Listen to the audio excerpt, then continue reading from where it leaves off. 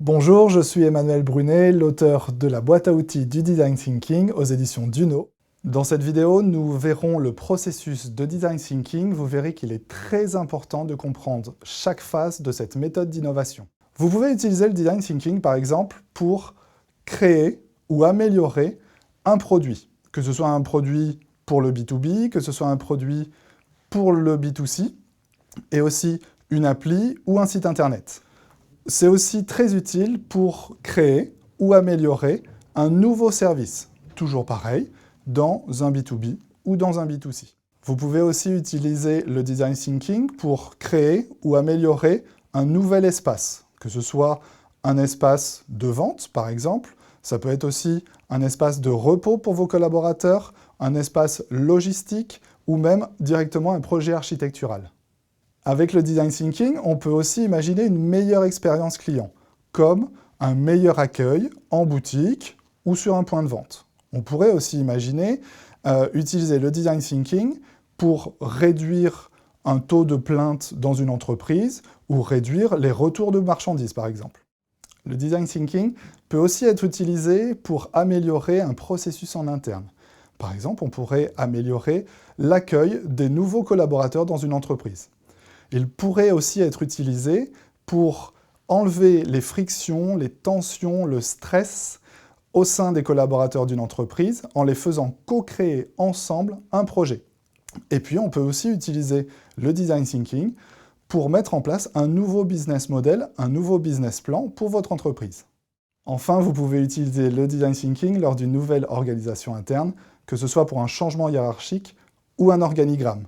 Vous pouvez aussi utiliser le Design Thinking pour vos besoins personnels, par exemple. Mais tout d'abord, nous allons voir ce qu'est l'innovation. L'innovation, c'est la réunion de 3 facteurs. Le premier facteur, c'est la désirabilité, c'est-à-dire le fait que votre public, vos futurs clients, vos futurs utilisateurs, vont avoir envie de votre produit ou de votre service. Le deuxième facteur, c'est la constructibilité. Est-ce qu'il est possible à l'heure actuelle de le construire, de le mettre sur le marché? Et le troisième facteur, c'est la viabilité. Est-ce qu'à un moment, vous allez être rentable ou pas? La réunion parfaite de la désirabilité, de la constructibilité, de la viabilité, c'est la solution innovante parfaite, que ce soit pour un service, un produit, une expérience, une méthode ou de l'architecture, comme nous l'avons vu précédemment. L'état d'esprit du Design Thinking, c'est se mettre à la place de l'usager ou de l'utilisateur. C'est-à-dire que, grâce à cette méthode, vous allez pouvoir penser comme votre utilisateur final. Et ça, c'est primordial dans la méthode de Design Thinking. C'est-à-dire que vos utilisateurs ne sont plus des chiffres PowerPoint, ils sont en fait des vraies personnes que vous allez rencontrer. Voyons ensemble le processus complet du Design Thinking. La première phase s'appelle l'immersion et l'empathie. C'est le moment où vous allez partir à la recherche d'informations concernant vos futurs utilisateurs ou vos futurs clients. Vous allez notamment utiliser des outils comme la recherche sur Internet, le partage d'expériences entre collègues ou collaborateurs. Vous allez réaliser probablement un benchmarking. Vous allez aussi devoir aller sur le terrain à la rencontre de vos utilisateurs ou de vos futurs clients. Pour ça, vous allez utiliser peut-être un outil qui s'appelle l'observation de la mouche, qui permet de regarder, d'observer, sans être reconnu, sans savoir que les gens sont observés. Vous allez aussi utiliser peut-être l'immersion totale pour être dans le contexte pendant une journée entière ou plusieurs semaines. Et enfin, vous allez réaliser des entretiens approfondis pour creuser les besoins, les attentes, les frustrations de vos futurs utilisateurs ou de vos futurs clients. La phase suivante s'appelle l'analyse. C'est un moment privilégié où, avec votre équipe, vous allez revoir tout ce que vous avez appris pendant la phase précédente d'immersion et d'empathie. C'est aussi un moment où vous allez synthétiser tout ce que vous avez appris. Pour cela, on va utiliser des outils comme un parcours client, une carte d'expérience, une carte d'empathie aussi primordiale. Et puis vous allez peut-être réaliser des fiches qui correspondent à vos personas, c'est-à-dire votre public cible. Et tout ça pour terminer sur une reformulation du défi, du challenge de votre projet. La troisième phase du design thinking s'appelle l'idéation. C'est le moment où vous allez pouvoir enfin donner vos idées. Elle commence forcément par un échauffement de cerveau et dans le livre, vous avez plusieurs outils pour vous échauffer le cerveau et c'est seulement ensuite que vous allez pouvoir réaliser un brainstorming. Dans le livre, vous avez 6 brainstorming différents. Et puis, vous pouvez aussi réaliser, par exemple, un jeu de rôle d'idéation. Un jeu de rôle d'idéation, c'est parfait pour créer un service ou une meilleure expérience client. Cette phase d'idéation se termine par le vote des participants pour les meilleures idées et aussi une classification des idées en fonction de leur faisabilité, de leur priorité ou même de leur innovation. La quatrième et avant-dernière phase du design thinking s'appelle le prototypage. Le prototypage, c'est en fait une maquette qui commence très simple et puis qui termine par la version la plus aboutie de votre projet. On commence notre maquette par un simple dessin, par exemple, et on l'améliore, dans le cas d'un produit, par exemple, avec une maquette en Lego ou en pâte à modeler. Et puis, on pourrait aller dans un Fab Lab ou un atelier de production pour commencer à le réaliser en petite série, si besoin. Dans le cas d'un service, on pourrait l'imaginer avec un jeu de rôle de prototypage qui permettrait de se projeter dans une situation future. Et puis, on termine cette phase de prototypage par des interviews de nos futurs clients et des améliorations de notre prototype au fur et à mesure.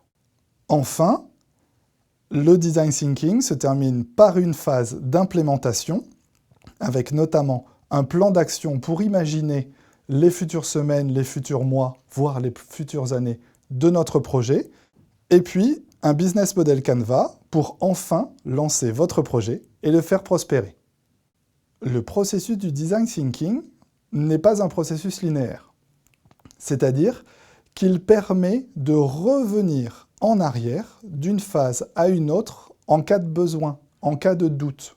Par exemple, on pourrait revenir de la phase d'analyse à la phase immersion et empathie s'il nous manque des informations, si on a un doute, si l'équipe se dit « Tiens, pour avancer, pour bien avancer, on a besoin de revenir sur le terrain, interviewer de nouvelles personnes. » Évidemment, on pourrait aussi revenir de la phase de prototypage à l'immersion et empathie pour avoir plus d'informations et faire tester notre solution.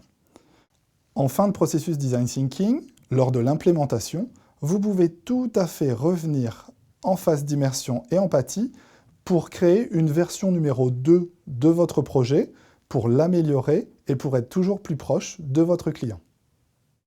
Pendant un processus de design thinking, on alterne en permanence entre des phases de divergence et de convergence. La divergence, c'est le moment où les équipes vont aller chercher des informations, où les idées commencent à arriver, c'est-à-dire un moment où les esprits sont dans tous les sens. Et la phase de convergence, c'est le moment de priorisation, c'est-à-dire qu'on est en train d'enlever des idées, les idées par exemple qui ne sont pas intéressantes, qui ne sont pas viables, et on va converger vers un nombre restreint d'idées. Plus le projet avance, et plus les phases de divergence et de convergence se restreignent. C'est normal, plus vous avancez, plus votre projet est clair dans la tête des équipes. Je vais vous donner un exemple d'un projet réalisé en design thinking. Il s'agit du projet de General Electric Healthcare. L'idée de ce projet, c'était d'améliorer le quotidien des enfants à l'hôpital en leur proposant une expérience moins stressante quand ils passent un IRM. On le sait, l'IRM, c'est très stressant parce qu'on a un bruit continuel, on ne doit pas bouger, ce qui n'est pas évident pour des enfants. Les collaborateurs de General Electric ont donc demandé aux enfants qu'est-ce qui leur faisait peur et aussi qu'est-ce qui permettrait qu'ils n'aient plus peur du tout pendant un IRM. Les collaborateurs de General Electric ont mis les enfants au cœur de leurs problématiques et ils en ont sorti un appareil IRM qui est complètement revisité. En fait, c'est une véritable expérience pour les enfants. On découvre alors que l'IRM a été complètement redécoré dans un thème pirate. Pourquoi? Parce que c'était un thème que les enfants adorent. Ainsi, une fois les enfants installés dans l'IRM, le personnel soignant leur raconte une petite histoire qui leur demande de ne pas bouger pour que les pirates ne puissent pas les découvrir. Ce projet est toujours d'actualité et a tellement bien marché auprès des enfants qu'il a été déployé en version Safari, vie sous-marine et même dans l'espace. Maintenant que vous avez compris le processus complet du Design Thinking, je vous invite à continuer la lecture de mon livre, La boîte à outils du Design Thinking, aux éditions Duno.